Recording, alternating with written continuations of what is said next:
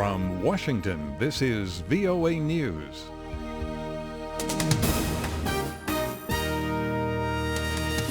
I'm David Forrest reporting a new tool to battle Boko Haram. Nigerian President Muhammadu Buhari says a regional joint task force will be set up to fight the militant group. The ministers of defense met and have agreed what each country will contribute as the composition of the multinational joint task force, and they are to be in place by the end of this month.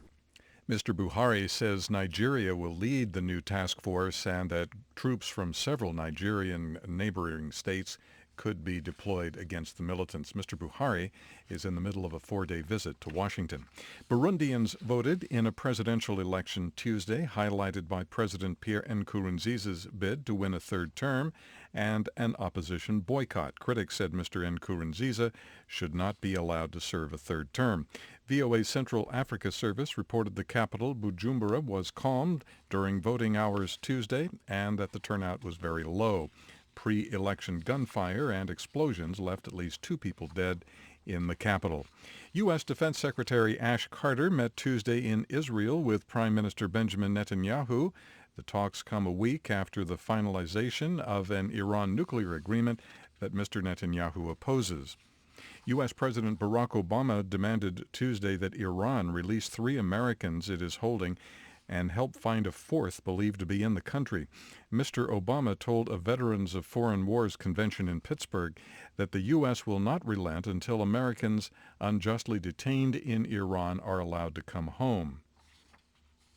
For more on that, check our website, voanews.com. This is VOA News.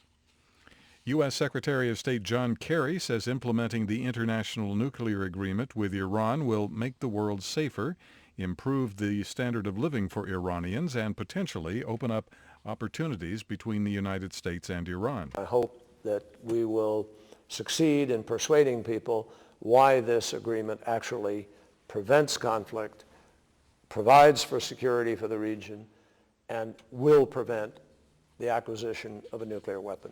Kerry was interviewed by VOA's Persian service. Ohio Governor John Kasich became the 16th Republican to join the 2016 presidential race Tuesday. Jim Malone reports. John Kasich is in his second term as Ohio's governor and previously served 18 years as a congressman, including as chairman of the House Budget Committee. Kasich told a crowd at Ohio State University that he has a proven record. And here's how we've done it: by staying together, not by dividing each other, but by staying together with our eyes on the horizon. Kasich has a reputation as an effective budget cutter, but he also has an independent streak and at times has defied his party's conservative wing. Jim Malone, Washington. Pope Francis on Tuesday called on world leaders to take a very strong stand on climate change at a United Nations summit later this year in Paris. The Pope spoke at a Vatican conference attended by dozens of mayors and governors from around the world who signed a joint declaration demanding action on human-induced global warming. New York Mayor Bill de Blasio was in attendance. We are committed to an 80% reduction in greenhouse gases by 2050, mirroring the pledge of so many of you represented here today, and we're proud to be the largest city in the world to make that commitment.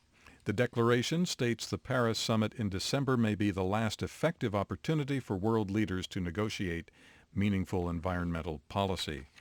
The Turkish government has announced it will step up border security following Monday's suicide bombing in the town of Suruj on the border with Syria. Dorian Jones reports. In a statement, the Prime Minister's office announced it had identified a suspect in the bombing and is looking into his national and international links.